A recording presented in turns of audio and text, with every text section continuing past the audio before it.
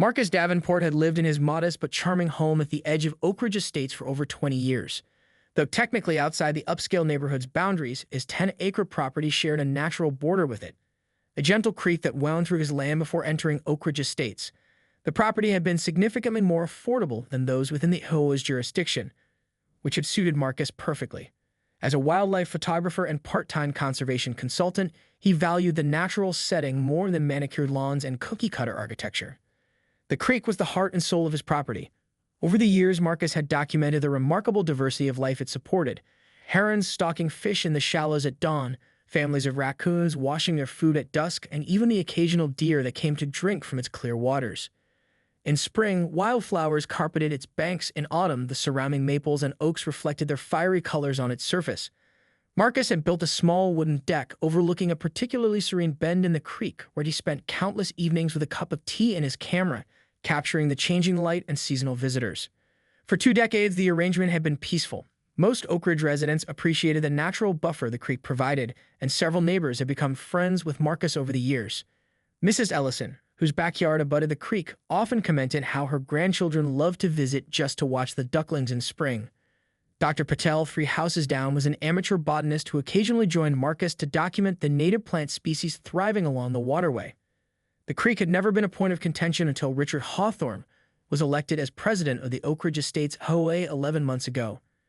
A retired corporate executive with a reputation for being meticulous about appearances, Richard had relocated from an exclusive gated community in Scottsdale and found Oak Ridge Estates promising but underperforming in terms of prestige.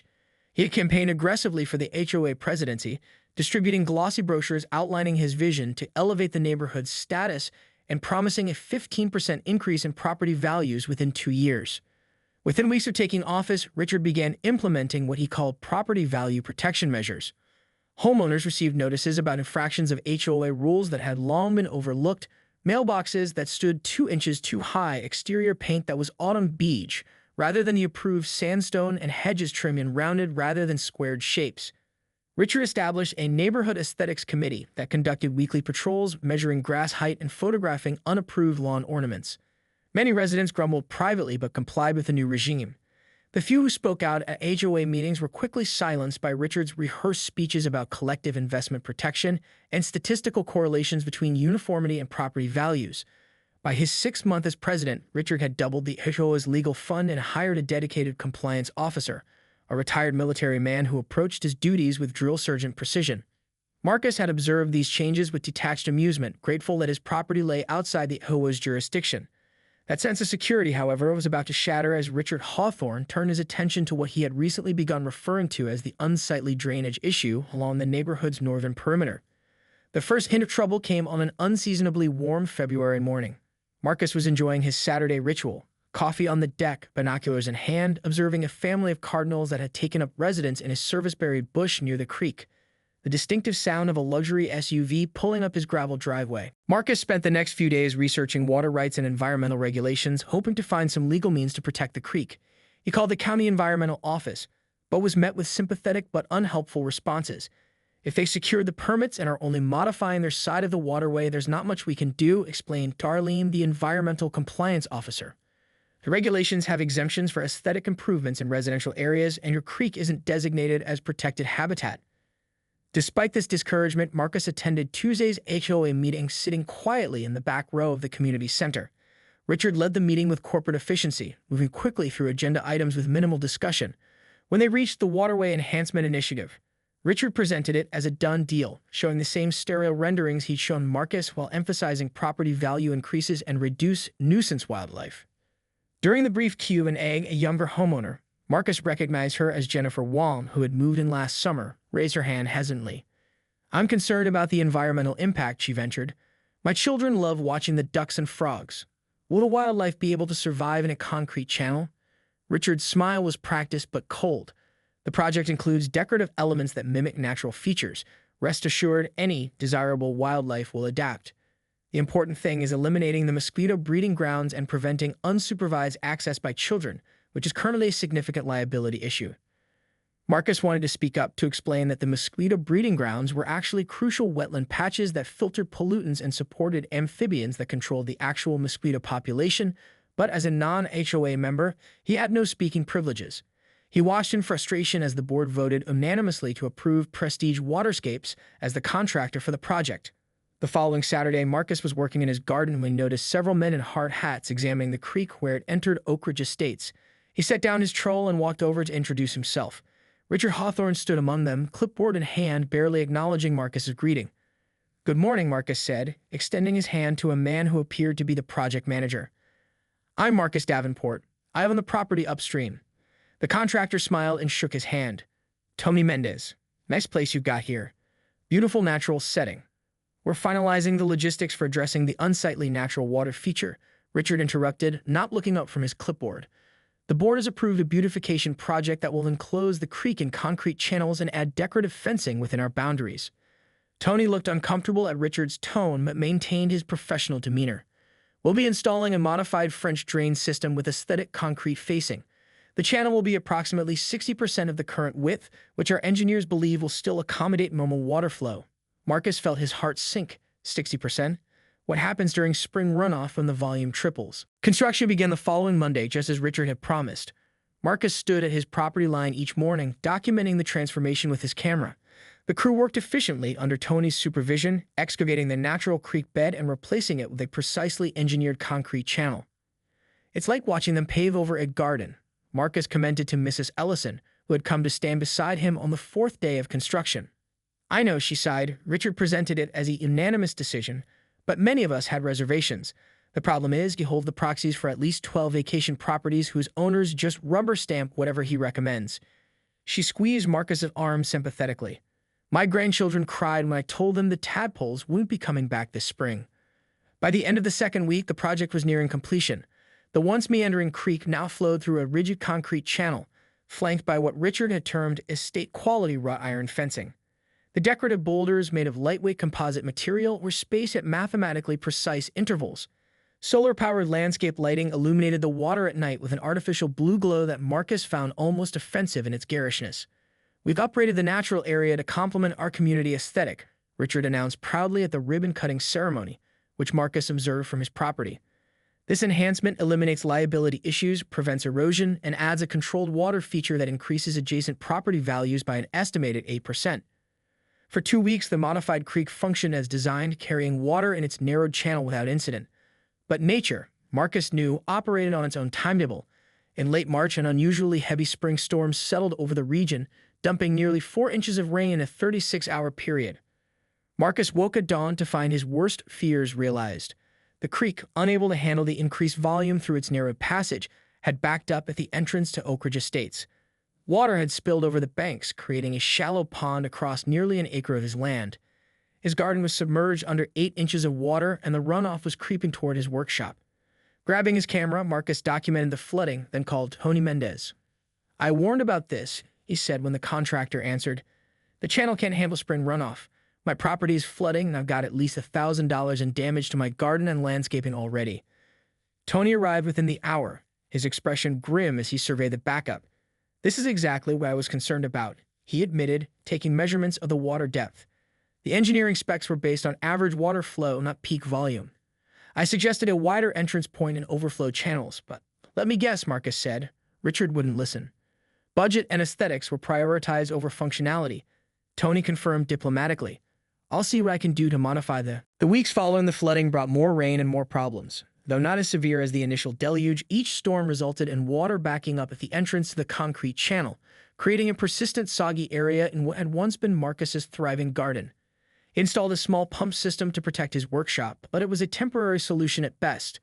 One evening, as Marcus sat at his kitchen table reviewing his homeowner's insurance policy, which predictably didn't cover damage resulting from modifications to adjacent properties, his phone rang. It was Jennifer Wong from the HOA meeting. "I hope you don't mind me calling," she said hesitantly. "Dr. Patel gave me your number. I've been thinking about your situation, and, well, I work in municipal records, and something doesn't add up about those permits." Marcus straightened in his chair. "What do you mean?" "The creek modification should have required a comprehensive water impact study, especially since it crosses property lines. I looked it up, and the permit they filed was categorized as a decorative landscaping enhancement, which has much lower environmental requirements." "That sounds like Richard," Marcus sighed. "Is there anything I can do with this information?" Maybe, Jennifer replied. But there's something else that might interest you more. When I was researching the watershed maps, I noticed an anomaly in the property surveys along your northern boundary, the one where the access road to Oak Ridge runs. Marcus frowned. The access road? What about it? According to the county plat maps, the road isn't entirely on Oak Ridge property, a section that crosses what appears to be your land. This revelation kept Marcus awake that night. The next morning, he drove to the county records office to investigate further. The clerk, a retired gentleman named Walter, who had worked there for decades, helped him navigate the complex property records. Let's see what we've got here, Walter mumbled, pulling up digital scans of faded documents. Looks like your property was once part of the old Simmons farm. It was parceled out in the mid-90s when that developer started Oak Ridge. Marcus leaned in, studying the boundaries carefully. What about this section here, where the access road cuts through? Walter adjusted his glasses. That's interesting. According to the original survey, that corner is definitely part of your parcel. Let me check the easement records. After an hour of digging through dusty files, the picture became clear. When the Oak Ridge development was first planned, the original developer had approached the previous owner of Marcus' property, an elderly farmer named Simmons, and verbally arranged to route the access road through the corner of his land. Looks like they started construction with just a handshake agreement, Walter explained. There's a draft easement document here, but it was never executed. Mr. Simmons passed away before it was finalized, and somehow it fell through the cracks during probate. When you purchased the property from the estate, this unrecorded easement wouldn't have shown up in your title work. So legally, Marcus began. Legally, you own the land beneath approximately 27 feet of Oak Ridge's primary access road. Walter confirmed, pointing to the survey map. There's no recorded easement giving them the right to use it. They'd essentially been trespassing for over 20 years.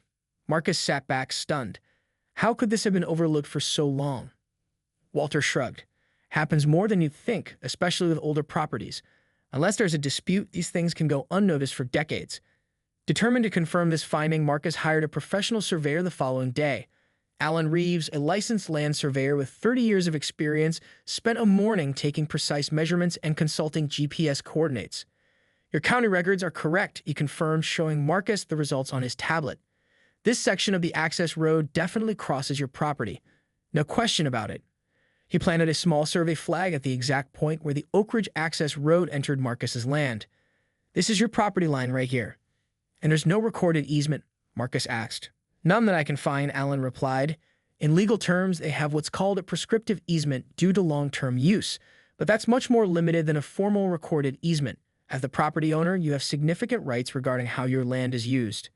As Marcus watched cars drive in and out of Oak Ridge Estates that afternoon, crossing his property without any awareness they were doing so, a plan began to form. He contacted Jennifer Wong again, this time asking for recommendations for a real estate attorney. Catherine Diaz is the best, Jennifer told him. She handled a complex boundary dispute for my par. Catherine Diaz's office was modest but professional, with framed law degrees and courtroom sketches adorning the walls. After reviewing Marcus's documentation for nearly an hour, the attorney sat back and smiled. Mr. Davenport, you have what we call in legal terms a golden ticket. This is clearly your land and there's no properly recorded easement. While they do have some rights through continuous use, you have significant leverage here. What exactly can I do? Marcus asked. Several options, Catherine replied, counting off on her fingers. You could formally grant an easement with specific conditions, including creek restoration. You could charge a reasonable fee for access. Or, in theory, you could even install a gate and require permission for passage, though that's the nuclear option and would likely result in litigation. Marcus nodded thoughtfully. I don't want to prevent access entirely. I just want my creek back and the flooding stopped. Then let's formulate a strategy, Catherine said, pulling out a legal pad. First, we need to establish your claim officially. I'll prepare the documentation, but you shouldn't have the property boundaries visibly marked. The following day, Marcus contacted Alan Reeves again.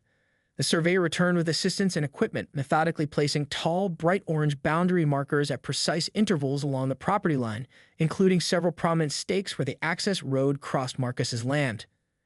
As the survey team worked, Marcus noticed several Oak Ridge residents slowing their cars to observe the activity.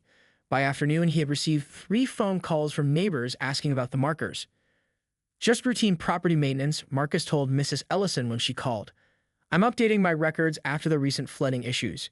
Rather than confront Richard immediately, Marcus followed Catherine's advice to let curiosity and concern build naturally. He posted private property signs at each survey marker and installed a conspicuous trail camera facing the access road, perfectly legal on his own land. By the weekend, the signs and markers had caused enough stir that Jennifer Wong reported several heated exchanges on the neighborhood's social media page. Richard is dismissing it as boundary confusion and told everyone to ignore it. She told Marcus over coffee, but several residents are worried, especially since you posted that property disclosure form from the county. Catherine had suggested filing a formal property disclosure with the county, a public document that officially notified interested parties of the boundary issue without making specific demands. The document was now searchable in county records, and Richard had certainly searched.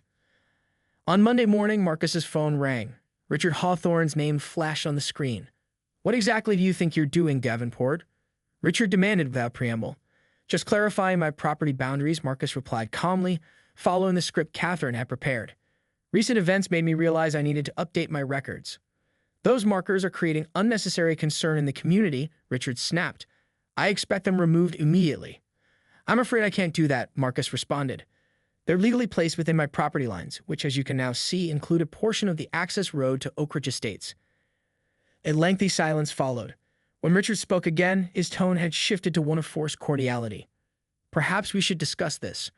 I'm sure we can come to a reasonable arrangement." "I'd be happy to," Marcus agreed. "In fact, I've already had my attorney draft a proposed easement agreement that would formalize your right to use my land for access. I'll bring it to Thursday's HOA meeting." After hanging up, Marcus called Catherine to report the conversation. "He took the bait," he told her. "Now we move to phase 2. With Catherine's guidance, Marcus prepared a comprehensive presentation for the HOA meeting, including historical maps. The community center hummed with tension as Catherine Diaz laid out the legal documentation with practiced precision. Using the projector, she displayed historical surveys, property records, and finally, the current boundary map showing Marcus's ownership of the crucial access road section. "As you can see," she explained calmly, "my client has unwittingly allowed free access across his private property for over 20 years. While a prescriptive easement exists through continuous use, Mr. Davenport retains significant rights regarding how his land is utilized. We're prepared to formalize this arrangement through a proper recorded easement with conditions." Richard's attorney, Charles Winston, leaned forward. "What conditions, exactly?" Marcus stood and addressed the room. "I've lived alongside Oak Ridge Estates peacefully for 2 decades. I've appreciated being your neighbor and enjoyed sharing the natural beauty of the creek with many of you." He nodded toward Mrs. Ellison and Dr. Pahil. "When the HOA decided to modify the creek without considering the environmental impact or potential flooding on my property, that harmonious relationship was damaged, just like my land." He displayed photos of his flooded garden and the water-damaged workshop. "This isn't about revenge or money. It's about restoring what worked perfectly well for 20 years before it was unnecessarily altered. My condition is simple. Return the creek to its natural state with appropriate environmental protections, and I'll gladly grant a permanent recorded easement for the access road." Charles Winston whispered something to Richard, whose face had become a mask of controlled anger. Brian Taylor, the HOA counsel, studied the easement document Catherine had distributed. "This seems reasonable," Taylor commented, earning a glare from Richard. "The creek modification has clearly caused unintended consequences, and Mr. Davenport's property rights are legally sound." From the audience, Jennifer Wong raised her hand. "As I mentioned in the previous meeting, many of us had reservations about the creek project to begin with. If restoring it solves both the legal issue and the flooding problems some of us are starting to notice in our own backyards, I move we accept Mr. Davenport's proposal." Dr. Puddle stood next. "I second the motion. The amphibian population has nearly disappeared since the modification, and I've noticed a corresponding increase in mosquitoes without their natural predators." Richard attempted to regain control of the meeting. "This is not how we conduct business. The board will need to review this proposal thoroughly and—" "Point of order," interrupted a silver-haired woman whom Marcus recognized as the former HOA president. "According to our bylaws, when a motion affecting community welfare is seconded during an open meeting, it proceeds directly to a vote if 2/3 of attending homeowners agree to immediate consideration." A chorus of ayes filled the room before Richard could object further. Seeing he was losing ground rapidly, Richard tried a different approach. "This is clearly coercion," he declared. "Mr. Davenport is essentially holding our access hostage to force his environmental agenda on our community. Mr. Winston, please explain the legal ramifications of such tactics." The attorney cleared his throat uncomfortably. "While we could litigate this matter, I must advise that Mr. Davenport's position is legally defensible. Courts generally favor reasonable accommodation in easement disputes, and his request directly addresses harm caused by HOA actions. Litigation would be lengthy, costly, and uncertain." Richard's face flushed as he realized his position was crumbling. In a last attempt to maintain control, he proposed, "Perhaps we could form a committee to study alternative solutions that would satisfy both parties without completely abandoning our beautification investments." "With respect, Mr. Hawthorne," Catherine interjected, "my client has already experienced significant property damage.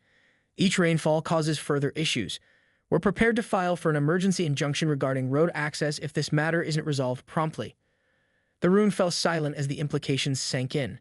Finally, one of the board members, a retired judge whom Marcus had occasionally seen walking his golden retriever along the creek before its modification, spoke up. "I move we accept Mr. Davenport's proposal in principle, authorize immediate remediation of the creek to its natural state under the supervision of a qualified environmental engineer, and direct our attorneys to finalize the easement agreement within 30 days. The vote was overwhelming. 38 in favor, 3 abstentions, and only Richard and 2 of his closest allies opposed. The HOA board called an emergency session that excluded Richard from the discussions. Within days, they reached out to Marcus with a detailed implementation plan.